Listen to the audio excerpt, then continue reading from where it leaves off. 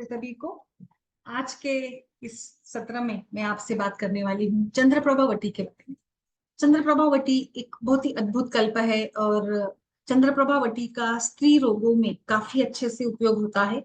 चंद्र प्रभेति विख्याता सर्व रोग प्रणाशिनी, यानी सभी प्रकार के रोगों के लिए ये बहुत अच्छे से कार्य करने वाली और मुख्य रूप से अपान क्षेत्र पर कार्य करने वाली ये चंद्रप्रभावती है, जिसका रेफरेंस हमें मिल जाता है भेषज रत्नावली से।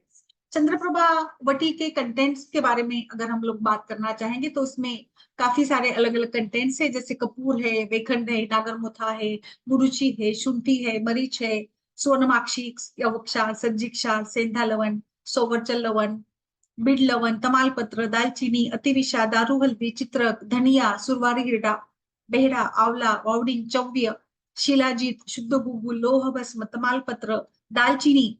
तो ये सारे इंग्रेडिएंट्स है और इन सभी इंग्रेडिएंट के साथ इसको बनाया जाता है। इसमें जो गुगुल होता है, उस गुगुल के लिए हम लोग त्रिफला की शुद्धि करके गुगुल इसमें डाला जाता है। बेसिकली चंद्रप्रभावती ये जैसे महिलाओं के लिए काफी वरदान मानी गई है। महिलाओं की मेंस्ट्रुअल प्रॉब्लम्स में चंद्रप्रभावती का काफी उपयोग अच्छे से होता है, यानी मेंस्ट्रुअल पेन से रेगल, अगर इरेगुलर मेंसेस है, यानी या फिर जैसे अभी हमने कई सालों से देखा कि इनफर्टिलिटी के केसेस में भी सबसे पहले हमारा फोकस होता है कि हम लोग मेंस्ट्रुएशन को करेक्ट करें, साइकिल को रेगुलराइज करें। साइकिल को रेगुलराइज करना यानी अपान क्षेत्र पर कार्य करना, यानी वात दोष पर कार्य करना। जो चंद्रप्रभावती हम अगर आरोग्यवर्धिनी है या बाकी कुशाणु चूर्ण है, इनके कॉम्बिनेशन के साथ इस इनफर्टिलिटी के केसेस में यूज करते हैं गर्भाशय पर कार्य करने के लिए, तो काफी सुंदर परिणाम आपको मिल जाता है। चंद्रप्रभावती ये मेंस्ट्रुअल पेन के साथ साथ अत्यार्तो में सुंदर तरीके से काम करती है। अत्यार्तो यानी पित्त का प्रकोप, वात क्षेत्र, अपान क्षेत्र के साथ साथ यहाँ पर पित्त प्रकोप भी है। तो पित्त की जो उष्णता बढ़ी है, इस उष्णता को कम करने के लिए या जो अधिक रक्तस्राव होता है, तो इस समय पे हमें कुछ थोड़ा बल देने वाला भी यूज करना है, जैसे गर्भाशय का बल बढ़ाया जाए। तो चंद्रप्रभा के साथ अगर आप गिरिज का उपयोग करते हैं, क्योंकि चंद्रप्रभा ये गर्भाशय को बल देती है, बल देने वाली है। चंद्रप्रभा और गिरिज इन दोनों का कॉम्बिनेशन काफी सुंदर तरीके से काम करेगा और अत्यार्तव बहुत अच्छे से इसमें कम होता है, यानी अत्यार्तव, मेनोरोजिया, मेट्रोरोजिया, इन सभी कंडीशंस में आप इसका उपयोग कर सकते हैं। ये औषध आपको, ये मेडिसिन आपको अपान काल में देना है। चंद्रप्रभा और जम्बू त्वक चूर्ण ये भी बहुत सुंदर तरीके से काम करता है। ये दोनों को अगर आप यूज करेंगे, जहां पर जैसे अभी हमने देखा इस केस में, तो उसी प्रकार से जहां पर आपको लगता है कि चंद्रप्रभा या गिरीच या इस जम्बूत्वक का चूर्ण या इसका काढ़ा आप दे सकते हैं। गर्भाशय की स्नायु को बल देने के लिए आप इसका उपयोग करें अत्यार्तव के साथ साथ, या जैसे कष्टार्तव हो या अल्पार्तव हो, अमेनोरिया हो, डिस्मेनोरिया हो, और कभी कभी जैसे कि कुछ कारणों से गर्भपात होता है और फिर से पेशेंट कंसीव करना चाहता है, तो उस समय पे भी हमें इस चंद्रप्रभा एवं जो जम्बू बीज चूर्ण का काढ़ा बनाकर, या फिर जम्बू के जो त्वक है उसका साल है उसका काढ़ा बनाकर भी आप इसमें यूज कर सकते हैं। कई बार एबॉर्शंस के साथ या क्यूरेटिन के साथ जो एक गर्भाशय में लेखनकारी हो जाता है, जिसका परिणाम गर्भाशय के रक्तवाहिनियों पर होता है, जिसके साथ वहां की घनता या स्थिरता पर भी आघात होता है, तो बिल्कुल आप अगर चंद्रप्रभा के साथ ये जम्बू बीज का काढ़ा देते हैं और इसमें थोड़ा अल्प मात्रा में त्रिवंग भस्म मिला दीजिएगा, बहुत अच्छे से गर्भाशय का बल बढ़ जाता है। स्त्रियों के व्याधियों के साथ साथ पुरुषों के व्याधियों में भी इस चंद्रप्रभावती का काफी सुंदर परिणाम देखा जाता है, खास करके प्रोस्टेट हेल्थ को इंप्रूव करने के लिए हो, स्पर्म काउंट बढ़ाने के लिए हो। आपको आश्चर्य होगा, चंद्रप्रभावती ये जॉइंट पेन के लिए भी काफी सुंदर कार्य करती है। ये मसल की स्टिफनेस को, जॉइंट की स्टिफनेस को, यानी अभी हमने देखा ना कि जैसे अपान क्षेत्र पर काम करती है, यानी कि वातदोष पर कार्य करती है। तो जॉइंट स्टिफनेस या जॉइंट पेन में भी वातदोष प्रकोपित होता है, तो उसके लिए भी हम लोग इसका उपयोग कर सकते हैं। ब्लड शुगर लेवल को रेगुलराइज करने के लिए प्रमेह जैसे व्याधियों में भी हम लोग इसका बहुत अच्छा उपयोग कर सकते हैं। ये आपकी यूरिनरी सिस्टम की हेल्थ को भी बढ़ाती है, यानी महिला और पुरुष दोनों को भी यूरिन की कोई समस्या है, या जैसे कि आज अभी गर्मी के दिन है तो पेशाब के जलन की समस्या है, तो उसके रिलेटेड प्रॉब्लम्स के लिए भी काफी अच्छे से काम करती है।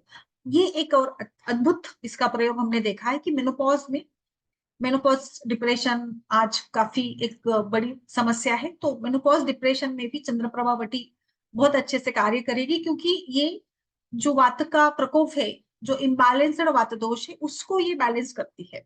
और इसीलिए डिप्रेशन भी वातावस्था है। डिप्रेशन यानी अधिक चिंता, एंजाइटी। तो यहाँ पे हमें रसायन का भी कार्य करना होता है। और हमने देखा कि किस प्रकार से ये जो चंद्रप्रभा वटी है, इसमें कितने सारे इंग्रेडिएंट्स है, जिसमें से सारे करीब करीब एक मिला जुला इसका इफेक्ट जो है काफी सुंदर तरीके से ये बल बढ़ाती है। रसायन का भी काम इसका अच्छे से होता है, तो इसीलिए आप इसको यूरिनरी सिस्टम की हेल्थ के लिए या रसायन कार्य के लिए भी यूज कर सकते हैं।